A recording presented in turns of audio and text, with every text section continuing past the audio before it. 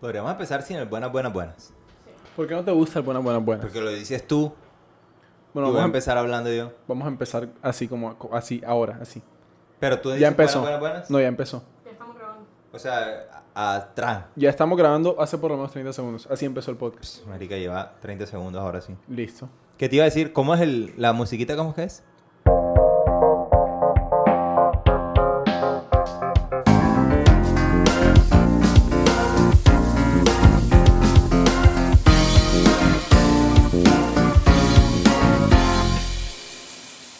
Bueno, creo que el primer paso en este momento es felicitarnos a nosotros y agradecer muchísimo a los que nos están escuchando, porque el episodio anterior que subimos fue nuestro episodio 10. Y creo que pasó un poco desapercibido, pero si recordamos ese primer episodio y todo lo que tuvimos que hacer para montar nuestro primer episodio y saber que ya llevamos 10 y ahora mismo estamos grabando el 11avo, creo que, bueno, es un galardón a nuestra constancia, como decía Valerie, que esta vaina iba a requerir más que todo era constancia. Y creo que hemos hecho episodios bacanísimos. La retroalimentación ha sido fructífera, mucha gente nos ha hablado y creo que estamos haciendo lo que nos gusta y lo estamos haciendo con la mejor calidad posible. Es eso. Estoy full contento con cómo hemos llevado el proceso del podcast. En general, hemos construido entre los tres muy buenas ideas a lo largo de nuestra amistad, pero nunca habíamos formalizado una. Y cuando conversé por primera vez la idea del podcast con Juan, él me dijo, marica, esta idea me encanta, pero lo más probable es que no funcione porque siempre tenemos buenas ideas y nunca las formalizamos. Y pues también me pasó con Valerie, le había dicho que quería que sacáramos un podcast y tampoco lo sacamos. Y pasaron 2 meses antes de yo hablarlo con Juan, hasta que yo le dije en el carro, le dije como que la verdad es que sé que ahora mismo no suena creíble porque hemos construido ideas tantas veces, pero nunca las hemos formalizado, pero esta te aseguro que sí es la que va a salir. Y es la muestra clara de que todas las ideas son realmente materializables, solo hay que dedicarle un poco de tiempo. Sí, Y ponerle una fecha, como que este día vamos a empezar y vamos a solidificar lo que ya hemos hablado, porque sí, nosotros hablamos de este podcast que vamos a empezar como que por 2-3 meses antes de empezarlo. Sí. No, y es que ahora mismo llevamos 2 meses y medio más o menos haciendo el podcast y por supuesto aún estamos iniciando todavía. Pero es bonito ver el proceso que hemos venido llevando y ver toda la retroalimentación que nos dan ustedes que nos escuchan. Bacanísimo, bacanísimo, te lo entiendo y me siento muy orgulloso de estos 10 capítulos que contienen un trabajo grandísimo y parte de ese trabajo siempre es por fuera de cuando grabamos, como por ejemplo cuando nos sentamos un día, 2 días antes de la grabación y empezamos como a soltar ideas de qué podríamos hablar en el próximo capítulo. Entonces, muchas veces en esos momentos es cuando viene como la lluvia de ideas y es la parte más bonita, más creativa, más aportante, no tanto técnicamente, sino como que dejamos que fluyan las ideas. Y siempre que estamos en los temas de qué hablaríamos el próximo capítulo, empieza Valerie como a anotar. Entonces yo digo, no, hablemos de cruceros. Entonces Valerie dice, cruceros. Teo dice, no, a mí no me gustaría ese tema. Después, no, hablemos de, bueno, aquella vez mencionamos Harry Potter. Y Teo dice, bueno, puede que yo tal cosa con Harry Potter, pero yo no me lo he visto. Y apuntamos. Y creo que, bueno, habrá muchas hojas con muchos apuntes. Pero nos han dado cuenta que siempre llega a nosotros un tema del cual es como no hablar de ese tema. Pero no porque no querramos hablarlo, sino más como chiste, pero por el mismo peso que tiene ese tema. Y es, no se habla ni de religión ni de política. ¿Se han dado cuenta que muchas veces lo hemos mencionado? Sí, y a es que veces son... hasta dentro de los mismos episodios decimos algo y es como que Uy, tal córtalo. vez no debe decir eso, quítalo. Sí, son esos temas que se han vuelto un poco como tabú ahora. Sí, pero un tabú innecesario. ¿Sí? Porque realmente hablarlo o no hablarlo simplemente es nuestra opinión, nuestro criterio y al final, si nos queremos poner muy pesados, nuestro libre desarrollo de la personalidad. Si cada uno quiere hablar de un tema sin meterse con la libertad de otra persona, pues se debería poder hablar. Sobre todo para eso es un podcast, ¿no? Para hablar y dejar plasmada nuestra opinión. Seguro alguien se sentirá afín y dirá, bueno, aquí hay una voz que un poco como que hace eco a lo que yo pienso. Y esperemos que nadie se moleste porque al final son opiniones sin irnos en contra de nadie. Aún así me parece muy interesante que la familia colombiana como tal se construya en tantos íconos como la Selección Colombia, como tomar whisky, como que los hijos vayan y estudien carreras que nutran a la familia, en fin, como el Divino Niño, o sea, como muchos elementos muy característicos de la familia colombiana y entre esos es que no se habla ni de religión ni de política. ¿Piensan que eso como tal realmente aporta a futuro a las generaciones o más bien ese tabú que se ha construido en esos temas, más bien es como cercenar un tema el cual es necesario construir y desarrollar dentro de la familia. Yo definitivamente pienso que es un tema necesario para construir dentro de la familia porque, pues, a la final es un tema que siempre va a ser central en nuestras vidas. Por más que quieras evitar la conversación, siempre va a terminar llegando a ti. Entonces, no veo por qué no conversar de religión ni de política en la mesa, con la familia, porque a la final, compartiendo nuestras opiniones y recibiendo las opiniones de otros al respecto de estos temas, es que construimos el conocimiento para seguir creciendo como personas. Yo siempre he creído que es importante hablar de esos temas porque esos dos temas son una gran parte de la identidad de una persona, la religión y la política. Y no hablar de eso causa que tú no tengas como una buena manera de discutirlo, como de tener tus argumentos listos. Y llega al punto de que no sabemos cómo defender nuestros propios argumentos. Simplemente creo en eso porque eso es lo que toda mi familia cree, o porque otra persona leí algo que me gustó, pero no sabes cómo argumentarlo. Yo creo que fue una muy mala estrategia desde el diseño. Porque creo que el diseño de eso fue cómo construir el hecho de que no se cuestione acerca de algo, porque si se habla puede que se cuestione. Entonces, de pronto, dentro de una familia conservadora, la cual por línea lógica será católica, y por cual línea lógica tendrá dos partidos políticos, o liberal o conservador, porque así ha sido toda la construcción de las familias colombianas anteriormente. Entonces, se intentaba no hablar el tema ¿para qué? Para adoctrinar a los hijos hacia la convicción que tuviese la familia. Y eso funcionó hasta el punto en que la siguiente generación necesitó, más que tener esa información como doctrina, argumentar con relación a ella. Porque claro, si vas al colegio y te dicen tu religión es la religión católica, tu partido político es el conservador o el liberal, y te empiezan a dar información acerca de eso, te cargan de información, apenas sales a un medio un poco más expuesto, el cual no sea el que retroalimenta la misma información que tú tienes, y te pregunten por qué lo haces, ahí, por no haberlo hablado nunca, quedarás sin argumentos. Entonces vendrá la violencia, ¿no? Es que es súper importante educarse al respecto de ambos temas, más que todo diría sobre lo que es la política, porque al final nuestras decisiones políticas son las que le dan forma al futuro de nuestro país, ¿sabes? Sí, no solo te afectan a ti. Y cuando no te educas y te informas sobre la política del país, al momento de votar, solo votas por el que te digan o por tal vez el que te paguen por votar. Entonces, creo que es súper importante estar educado al respecto, porque si no, simplemente vamos a seguir votando mal como lo hemos venido haciendo como país. Asimismo, hay otro tema que también... O sea, quiero que sigamos desarrollando esos dos temas porque bacano verlos puestos en la mesa. Pero hay otro tema del cual no se habla y es acerca del dinero. Sí. Y creo que es...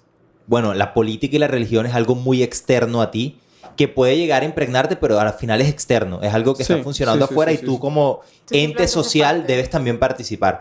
Pero el dinero es algo que te afecta directamente. Y no se habla del dinero. O sea, es como... Y se considera grosero hablar del dinero. Se considera... Y entonces nadie dice cuánto gana. Y no porque tenga que ser un tema para que tengas que ir por ahí diciendo gano tanto. Pero sí podrías educar con relación a la cantidad de dinero que es correspondiente a lo que haces. Y así la gente sabría cuánto debe cobrar o, por ejemplo, cómo administrar su dinero. Entonces hay tantos temas importantísimos con relación al dinero, y a mí me pasó muchísimo desde que salí de mi primera carrera profesional, y es no sé cuánto cobrar porque nadie habla de eso. A mí me pasó exactamente lo mismo, especialmente porque yo me vine a estudiar de otro país, entonces yo necesitaba saber cuánto cobraba la gente aquí. Y yo en ese momento sí tenía esa idea de que la gente debería hablar de dinero, porque la gente no habla de dinero. Entonces yo sí iba preguntando como que, ¿y cuánto crees que debo cobrar? O cosas así. Y la incomodidad que yo veía en la gente cuando yo hacía esa pregunta era increíble. Y es que no es necesaria, ¿sabes? Por ejemplo, en mi familia, la manera en la que yo aprendí a saber cuánto cobrar por las cosas que hago era hablando con ellos. Les decía, hey, tengo esta oportunidad, no tengo ni idea sobre esto, o sea, ayúdenme a saber cuánto es lo que se debe cobrar por mi trabajo, tal. Y es algo que conversamos muchísimo, o sea, en verdad es un tema que en mi casa se habla o sea, con total libertad, porque sabemos que es importante. Y es que no hablar de los temas simplemente puede llevar a no estar informados sobre ellos. Y la plata es como que algo que a la final es trascendental en la vida de cada uno de nosotros. Y si no sabemos sobre ellos, pues nos llevará a los problemas más grandes. Yo creo que tiene una gran carga de esto de engañar, de hacer creer a los otros que tu éxito está atado, reflejado a la cantidad de dinero que recibes, Sí. y por eso no lo dices, porque crees que vas a ser estigmatizado o puesto en un lugar, y no es creer, es real que ocurre así. Obvio. O sea, no es lo mismo que yo llegue a un lugar y la gente sepa que gano 2,5 millones mensual a alguien que saben que gana 5 millones de pesos mensual. El Ujú. punto es que ninguno de los dos lo menciona y los dos intentan vivir en una mentira social en la cual quieren demostrar lo que ganan con cómo se visten o con las cosas que hacen, pero no realmente como poniéndolo en la mesa. Y tal vez sería buenísimo para, no sé, las personas, por ejemplo, mi segunda carrera, que es el derecho, que están saliendo, saber cuánto cuesta realmente las gestiones que están realizando. Ujú. Mi experiencia, por ejemplo, con la religión es que, pues yo crecí en una casa bastante católica, bastante conservadora, y fue un colegio que era muy cristiano, aunque ellos no se llamaban a sí mismos como un colegio cristiano, todo el mundo ahí era súper cristiano. Y yo tuve esa experiencia de que cuando llegué a esa edad en la que uno empieza como a cuestionar las cosas, yo no podía hacer una pregunta al respecto.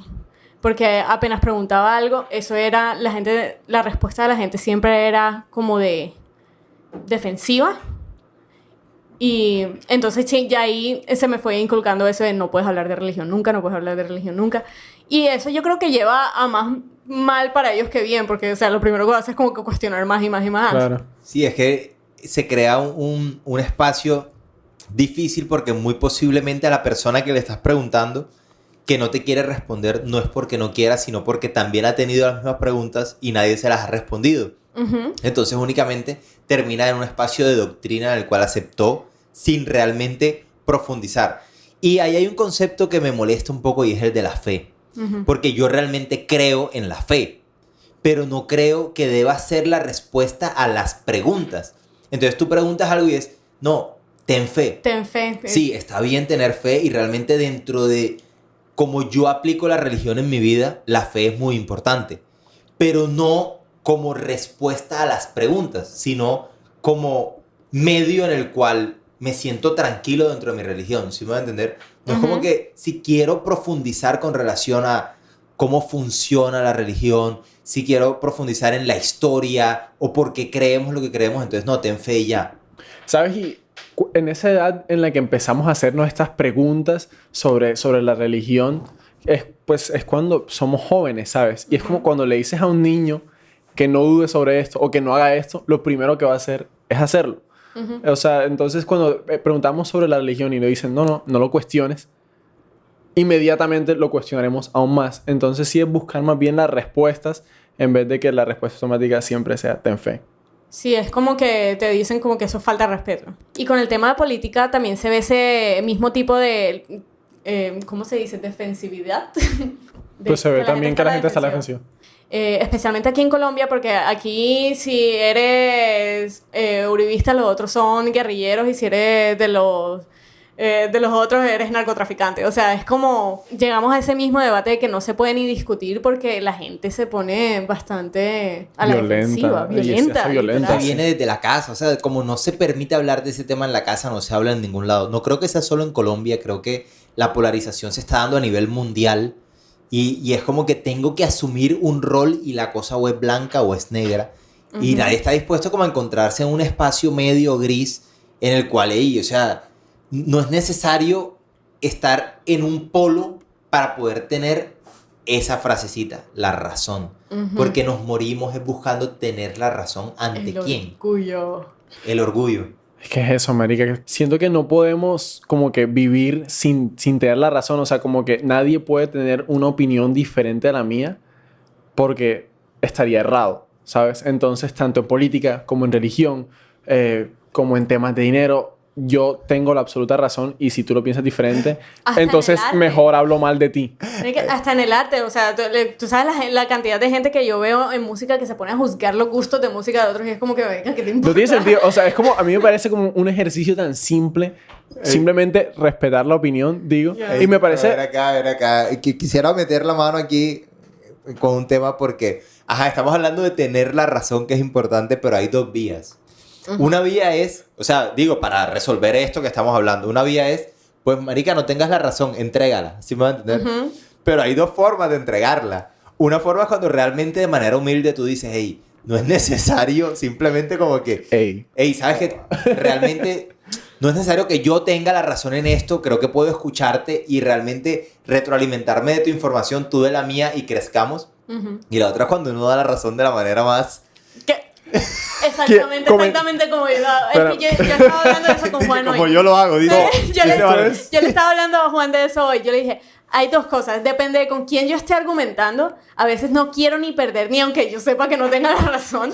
Pero hay veces que yo sé que tengo la razón y no tengo la energía para pelear. Y es como que, marica, sí, ya. Marica, okay, yo crecí, razón, te creo. yo crecí con Juan, con un Juan que estudiaba Derecho.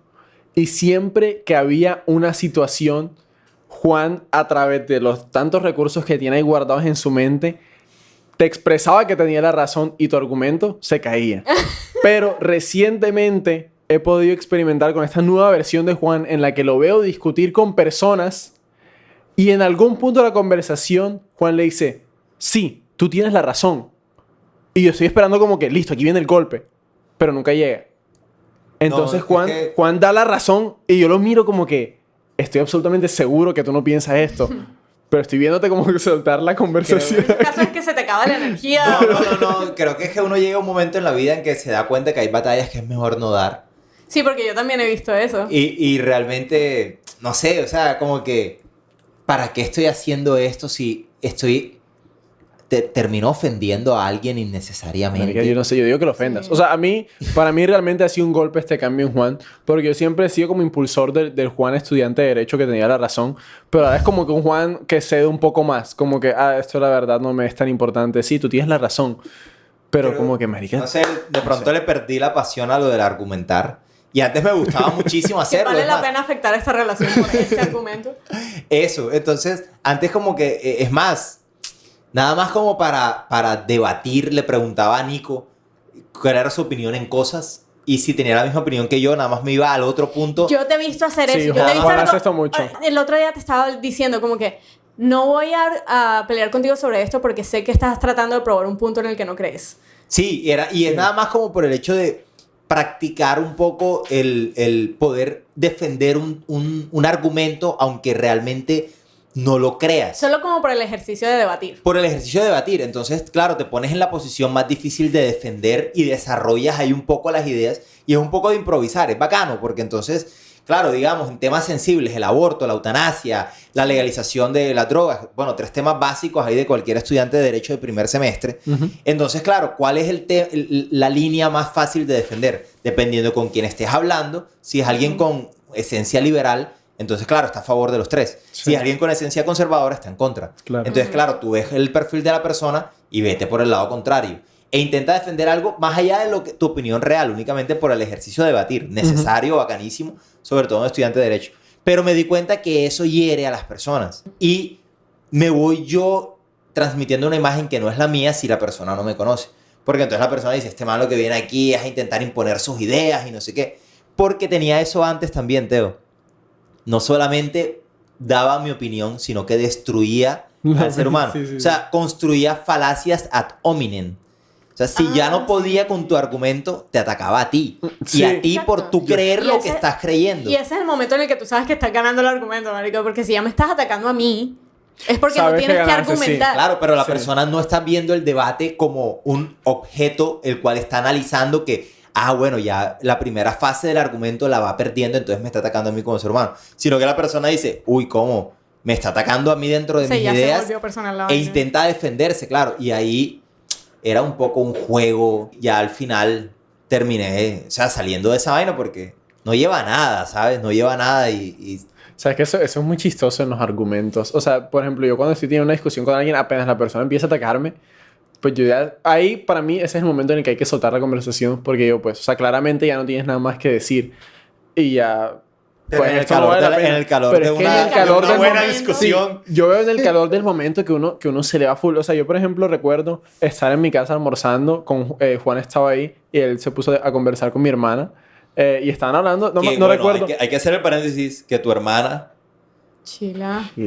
Esto Hay que no- hacer el no paréntesis cortes que eso. tu hermana, Chila, No lo es corto. una gran Mujer del debate. O sea, sabe cómo construir argumentos y sabe cómo entregar argumentos. No, sí, definitivamente. Bueno, solamente había que hacer ese paréntesis. No, sí, no hay nada que... No, estoy de acuerdo. O sea, lo que estaba ocurriendo era que Sheila y Juan estaban conversando y la conversación como que cada vez subía de nivel.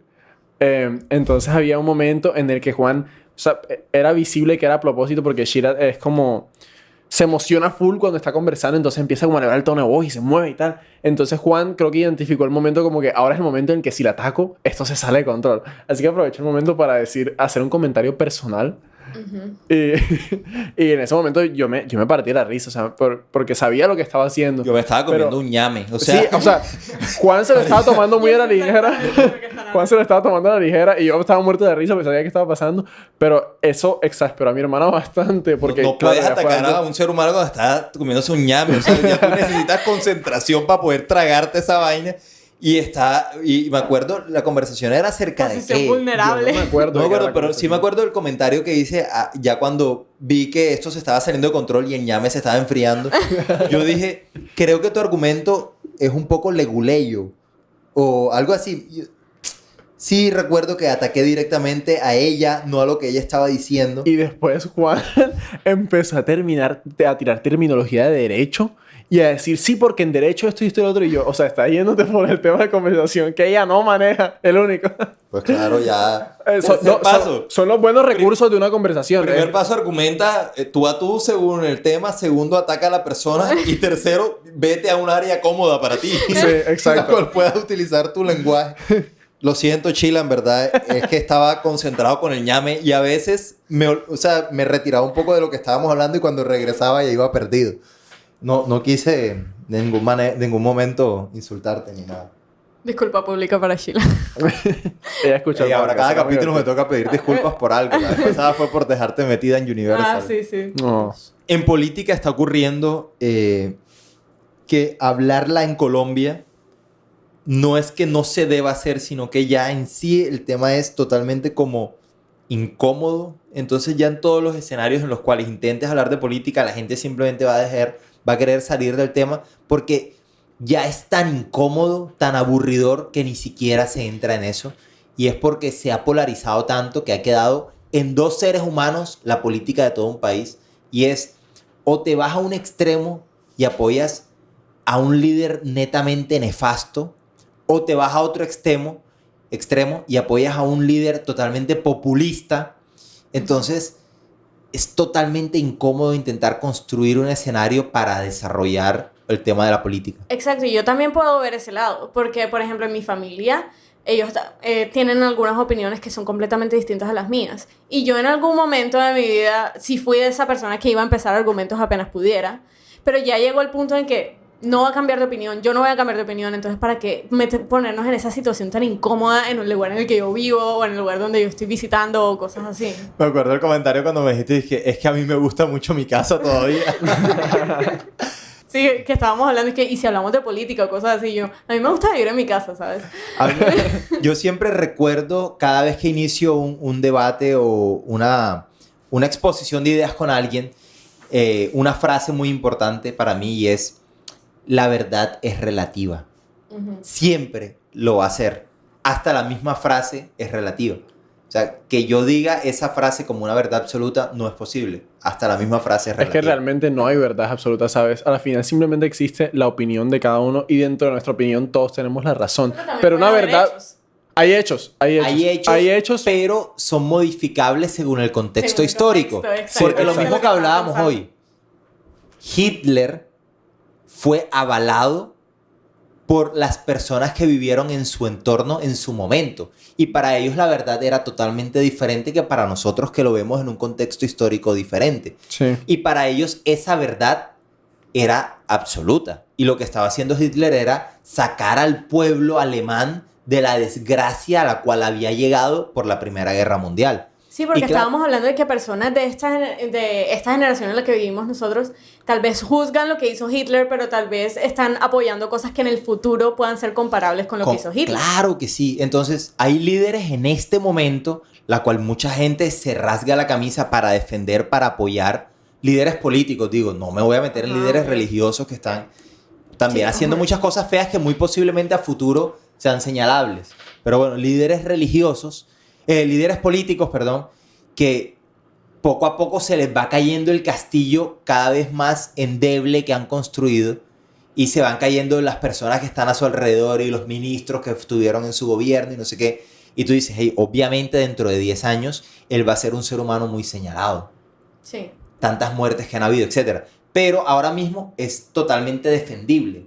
Y nuestros nietos o los hijos de nuestros nietos señalarán y dirán, hey, en verdad, habían personas que defendían eso. Sí, claro. No, y es que es muy chistoso porque veo mucho que las personas argumentan acerca de algún tema, pero evitan completamente los hechos que hay al respecto de ese tema. Entonces, como que, sí, pero esta es mi opinión, entonces tienes que respetar, no sé qué. O sea, sí, yo respeto tu opinión, pero tú estás evadiendo los hechos, ¿sabes? Entonces, O se como van que... a otras cosas, como que tú dices, esto fue lo que pasó, y te dicen, pero esta otra persona hizo esto. Y es como que eso no quita No el es- hecho sí, que exacto. eso fue lo que pasó. Para poner nombre en específico, es como cuando, por ejemplo, Los falsos positivos y el ¿sabes que M19, sí? cosas así. Es eso. Sí, porque no he conocido una persona que uno hable de los falsos positivos y no responda con, pero el otro fue un guerrillero. Ujú. Y es como que, ok. No desmerita, no tiene nada que ver. No desmerita. sería muy bueno un debate en el cual solamente el debate se basara en hechos y no opiniones. Es muy difícil, pero Sí, cada vez es cada más vez va a cercano. haber un bias. Y me está pasando muchísimo ahora cuando estoy hablando con alguien y en el medio de la conversación expreso como una idea y la persona va sacando enseguida el celular y va revisando si lo que yo dije es acorde a la realidad por Google. Entonces ya se va también como perdiendo un poco de eso de poder dar opiniones libres, porque cada vez que entonces voy hablando y diciendo, ¿será que esto es totalmente cercano a la realidad? Entonces, hay un número, 6402. ¿Dos? Es 6402, ¿no? 6402. Bueno, cuando quiero hablar con hechos acerca de algún tema político, normalmente ese es como la primera carta que pongo. Sí. 6402.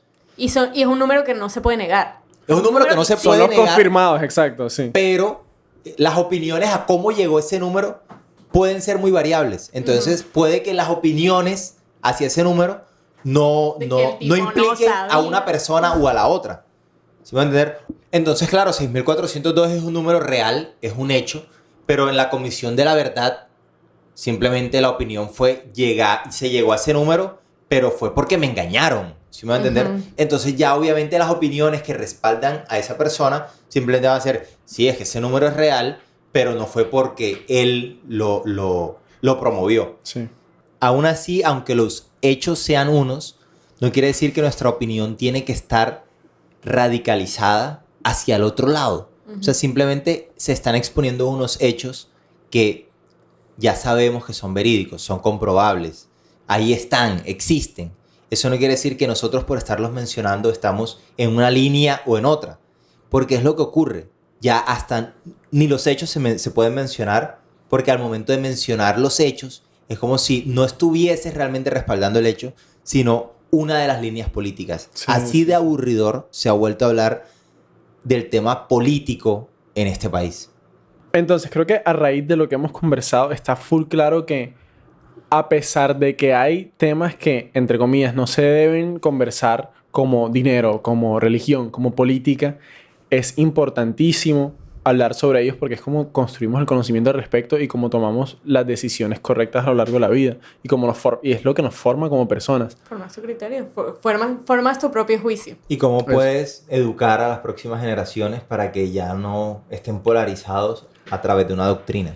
Te agradecemos muchísimo por habernos acompañado en este episodio para que escuches en la ducha y esperamos tu retroalimentación al respecto. Sabes que te puedes dirigir al Instagram y dejarnos tu comentario en cualquier historia o en los comentarios de la publicación y te esperamos en el próximo episodio.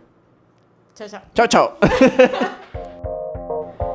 Gracias por escuchar este episodio de Para que escuches en la ducha. Recuerda que puedes seguirnos en Instagram como @enladuchapodcast y en Twitter como @enladuchapod para que no te pierdas de nada.